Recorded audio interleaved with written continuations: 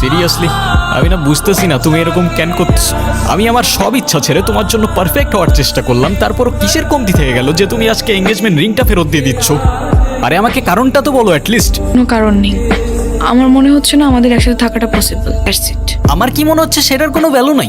আমার সাইডটা কে দেখবে রুহি? এরকমটাই করার হইলে আমার লাইফটা কেন নষ্ট করলাম? নাকি হুট করে এখন বেটার কাউকে পেয়ে গেছো? তোমার যা ভাবার তুমি তাই ভাবতে পারো, আমার কোনো প্রবলেম নেই। আরে প্রবলেম তোমার থাকবে কেন? প্রবলেম তো তোমার ক্যারেক্টারে।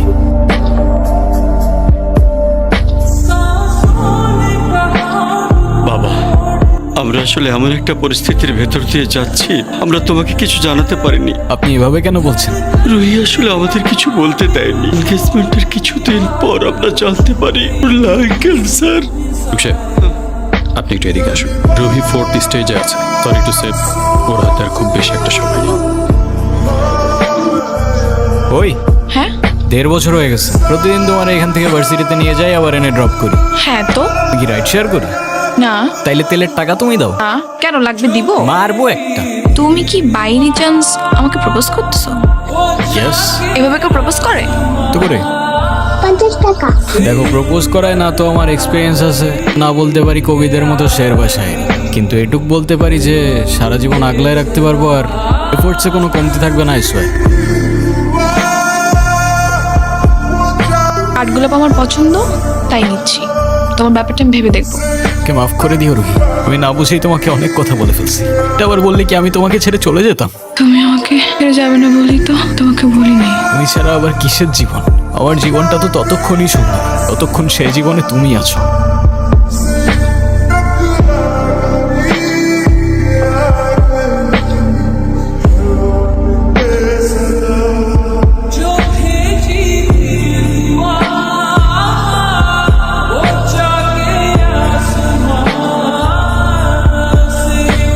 এমন কিছু করিস না, এতে তোর জীবনটাই নষ্ট হয়ে যায়। মা, আমি ওকে ভালোবাসি। আমি তো বুঝলাম তুই ভালোবাসিস, তো বিয়ে ও না মা, প্লিজ। আমার সাথেও হইতে পারতো না? আমার সাথে হইলে আর যাই হোক রুহি কখনো আমাকে ছেড়ে চলে যেত না। শাব্বাস, এই না হলে আমার ছেলে। রেহানা মা, রাগ করো না। আল্লাহ না করুক যদি কখনো তোমার কিছু হয়ে যায়, আমি কি তোমাকে ছেড়ে চলে যাব? Proud of you. ছেলে হিসাবে তোকে নিয়ে আমি গর্ব করি। খারাপ করিস না বি, সময়ের সাথে সাথে সবকিছু ঠিক হয়ে যাবে। ওর জন্য কি আর কিছুই করার নাই? আপনি আমাকে বলেন কত টাকায় লাগুক আমি ম্যানেজ করবো।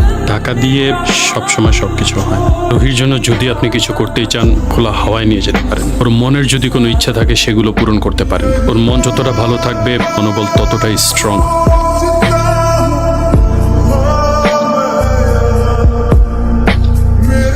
তুই সব কেন করছো রেহান? হিসেব করে লাভ কি বলো? যতক্ষণ নিঃশ্বাস আছে ততক্ষণ না হয় সেই মুহূর্তগুলোকে ঘিরেই বেঁচে থাকি। চোখ বন্ধ করো।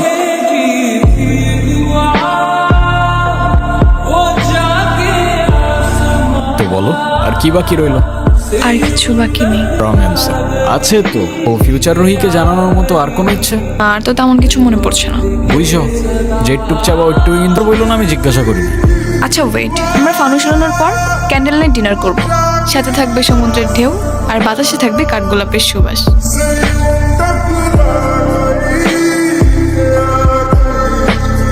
একটাই তো মন আমার, আর কতবার জিতবা? যতবার জিতলে এটা বোঝানো যায় যে জীবনে না তোমার আগে কেউ ছিল আর না পরে কেউ থাকবে। এতটা ভালোবাসো আমায়, আমার সব স্বপ্ন পূরণ হয়ে গেল। কিছু মুহূর্তে মনে হচ্ছে 1.5 বছর বেঁচে থাকার স্বাদ পেয়ে গেলাম। আমার আর কোনো আফসোস।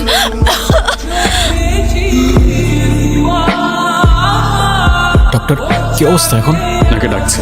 কি ব্যাপার, কাঁদতেছো কেন? আরে আমি আছি তো। কাজী ডাকছো? সবাই আসছে? হ্যাঁ, আসছে তো।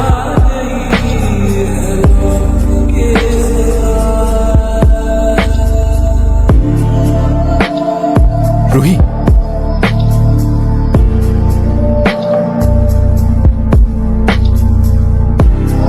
হয়তো তুমি অনেক দূরে, তোমায় আর দেখা যায় না, স্পর্শ করা যায় না, অনুভব করা যায় তোমার নিঃশ্বাস, অনুভব করা যায় তোমার চোখের জল। মনে রেখো আমি আসবো মেঘের উপর পঙ্কিরাজে জোরে, গোলাপের সুবাস নিয়ে 7 সাগর 13 নদীর পরে। সে যেন ভোলে না মরে, সে যেন ভোলে না মরে।